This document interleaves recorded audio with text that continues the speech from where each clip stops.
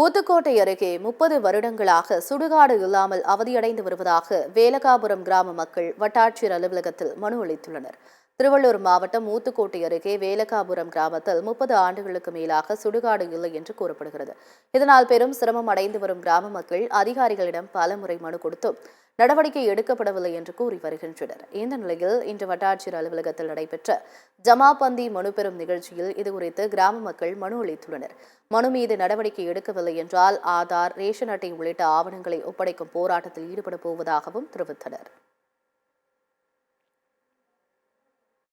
வேலகாபுரம் ஊராட்சி மன்ற துணைத் தலைவராக இருக்கிறேன். எங்கள் ஊரில் 30 வருஷ காலமாக சுடுகாடு கிடையாது. சுடுகாடு இல்லாததுனால நாங்கள் யாருன்னா டெத் ஆனாக்கா ரொம்ப சிரமப்படுறோம் நாங்கள் புதைக்கிறதுக்கு. இதுவரையும் அவங்கவுங்க லேண்டில் தான் அவங்கவுங்க டெத் ஆனவங்களை எதுவுமே அடைக்கலம் பண்ணுறாங்க. லேண்ட் இல்லாதவங்க நாங்கள் எங்கே போகிறது? லேண்ட் இல்லாதவங்களுக்கு எங்களுக்கு எரிமேடை அமைச்சு தர கோரி பொது இடத்துல நாங்கள் கோரிக்கை வைக்கிறோம்.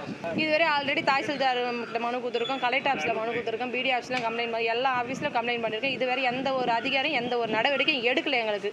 இது இப்போ கொடுக்க போகிறோம், இதுக்கு தக்க நடவடிக்கை எடுக்குமாறு நாங்கள் கேட்டுக்கிறோம்.